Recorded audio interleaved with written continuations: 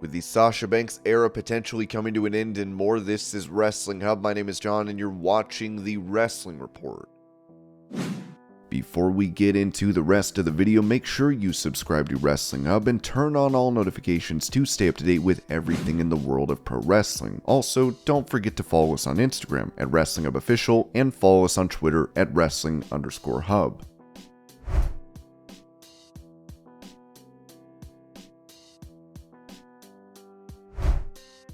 Talking about making the jump to WWE, Booker T revealed that he was told not to do one of his trademark moves, saying on his Hall of Fame podcast, when it came from WCW to WWF, the first thing they tell one of the agents told me not to do was, don't shake anybody's hand or give anybody a high five on the way to the ring. Go straight to the ring and get in the ring and don't even acknowledge. That's what I was told. As well as, don't do the spinaroonie. That's what I was told. Those two things I was told. I knew I wasn't going to get over that way alright. I knew I was going to be fired within about 6 months, just like all the rest of the WCW guys. So I went into Vince McMahon's office. He goes, yeah, Book, come on in. I said, Vince, I got this agent telling me to do this. I got that agent telling me not to do this. And I got this agent telling me to don't do either of those. Okay, I say, I know I'm going to get fired that way. I say, so if you don't mind letting me go out there and do it my way, and if you don't like it, just fire me. And he goes, do your stuff.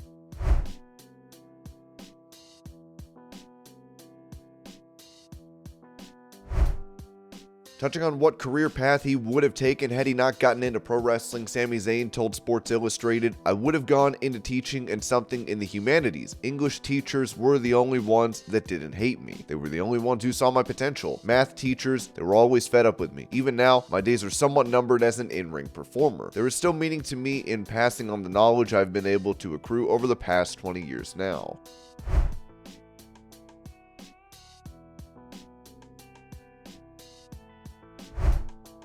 Revealing a time he accidentally went into Roman Reigns' locker room at WWE, former NXT UK star Sam Gradwell told Wrestling with Honors, I sat down and I looked at the chair in front of me and I realized that Roman Reigns had set his gear over the chair in front of me. So I was like, oh I've got to get out of here. Got to find a different room. I go to pick up my bag to leave and Roman walks in and says, no, you sit there. You're good. And he just sat chatting to me all night.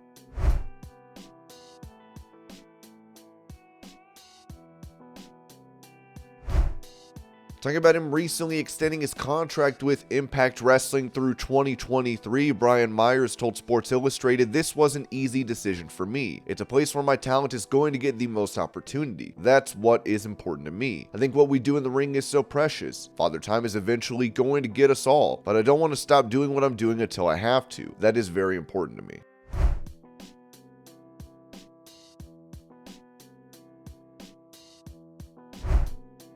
Speaking to WrestleBinge, Ricky the Dragon Steamboat mentioned turning down a match against Ric Flair for the latter's retirement bout, saying, initially, Conrad, who's the promoter, we talked, we went to Nashville, we had a sit down, and it was Conrad, his wife, and me and my wife, Sandy. I was still training quite well and feeling damn well. So I said, okay. But we hadn't signed or sealed the deal on the money part of it. But what put the nail in the coffin was a week after that when I found out Flair was wearing a pacemaker. All these years, I never knew, and I immediately said, I don't think I want to do this. I don't want my legacy to be, I was in a ring with when he happened to pass away or something went wrong.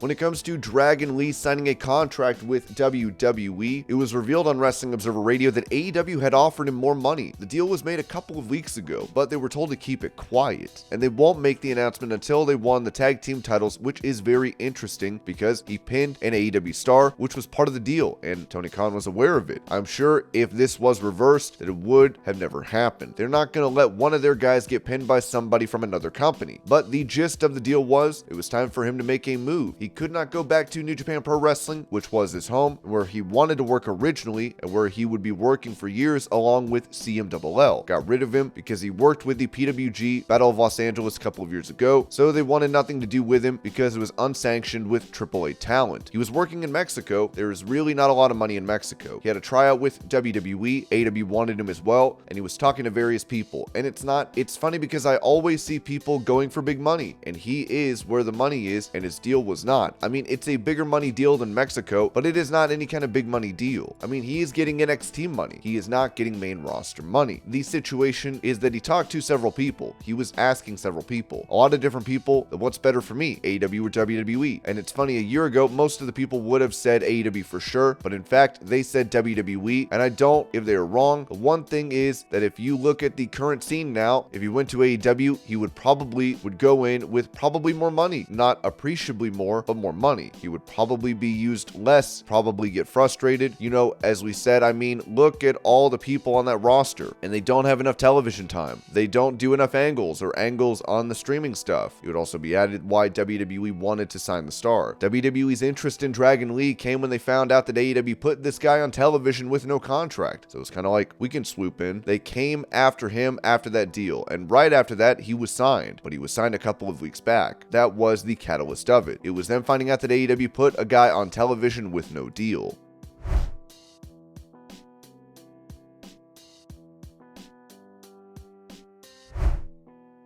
Recalling a match between FTR and Red Dragon in AEW, Dax Harwood noted how things took a violent turn, saying on his podcast, "What I will say about that is a couple of things. One, I was never going to let this be known, but Bobby did an interview about this, and that's okay. He and I get along great, and before this and after this, we get along great. We talked about the families, his marriage, we talked about real estate and investments and things like that, so we get along great. I wanted to preface that before anybody finds a headline, but there was an issue he and I had on live TV where I felt he was taking advantage of me, and things got very heated on stage, and I not accidentally, I punched Kyle because I thought Kyle was getting involved as well. We got to the back, we had to be separated, but then 30 minutes later, we apologized, we hugged, and we're good. As far as the kickout goes, I've taken many pins in my career, obviously, and I've got the squeeze, and the squeeze to me means thank you, and that's what I think, and that's what I was taught. Maybe Bobby was taught differently, I don't know, but those are my feelings on Bobby. Great guy to me, we get along personally, we had our little flare up where we threw hands, and we got over it just like men do and moved on."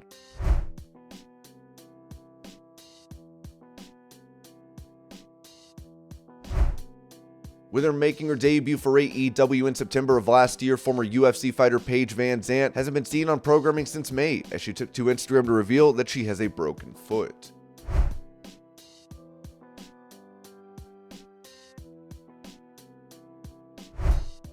With him not having been seen in AEW since June, Lance Archer said this about not being booked on Busted Open Radio. "Everybody lets something out here and there once in a while. There's a little bit of angst coming out in that one. Like I said in the promo, I just come in and I kick ass. I don't kiss anybody's ass. Everybody can see that I do my part. It's up to other people. I don't take away anything from my time with every company that I've been a part of. The fact that you're congratulating me on the successful stuff that I've gotten to do in Japan recently is all because the company allows me to do it. There's not a lot of places and opportunities that can and do allow the talent to go and be a part of other bookings and other companies and other places. So I'm very grateful for my job. I don't want my frustration to come across as I'm being ungrateful or not happy with the job that I do have. I just know what I could be doing and what I should be doing. Like I said, it kind of boils over once in a while. It's not a knock on anybody in particular. It's just the situation at hand, and I know what I could and should be doing. I continue to say that I'm very grateful for being a part of AEW and what they allow me to do, because otherwise those opportunities wouldn't exist, and I'm going to keep pushing forward. It's what I've always done. Like I said, a little bit of the frustration wasn't just in one place. It's kind of been my whole career. It's just one of those things. I know what I could and should be doing, and I'm ready for it to happen, and I want it to happen now. 2023 is coming. Anything can happen. I'd like it to happen now. For me personally, I think it's one of those things where I've been a part of the company. I've been a part of some big situations, fighting for the main title 2 different times, fighting for the TNT title 2 different times, fighting and successfully winning the IWGP US title against Jon Moxley. So I think I kind of created a base to who I am in the company, but things have kind of gone awry. I'm okay with the idea of a slow rebuild. I'm okay with kind of reinventing myself and finding my place within the company to get back to fighting for those championships. I understand right now that just jumping into that picture may or may not be something that the fan base can accept, because you have guys like MJF who have just absolutely encapsulated the wrestling world. I have a good base. I need to be rebuilt, and I think I can. And I think it can start with the Murder Hawk monster, so I can get back to that point of being one of those guys that's fighting for those championships and probably being a champion.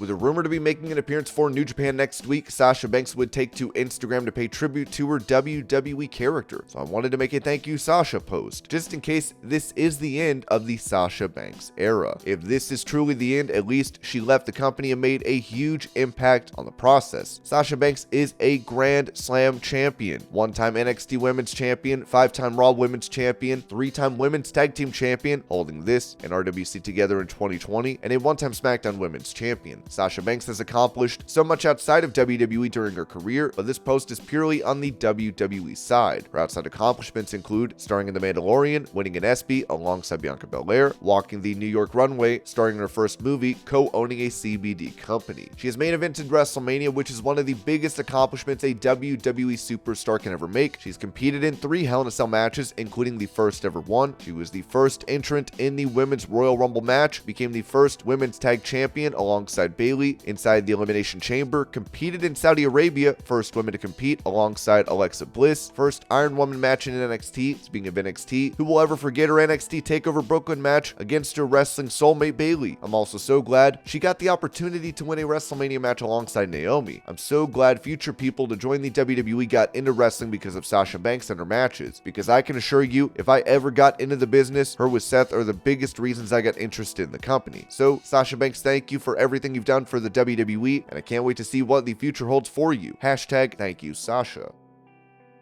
And this was your Pro Wrestling News Update. I hope you're all having a great day. Thank you so much for watching, and I'll see y'all later.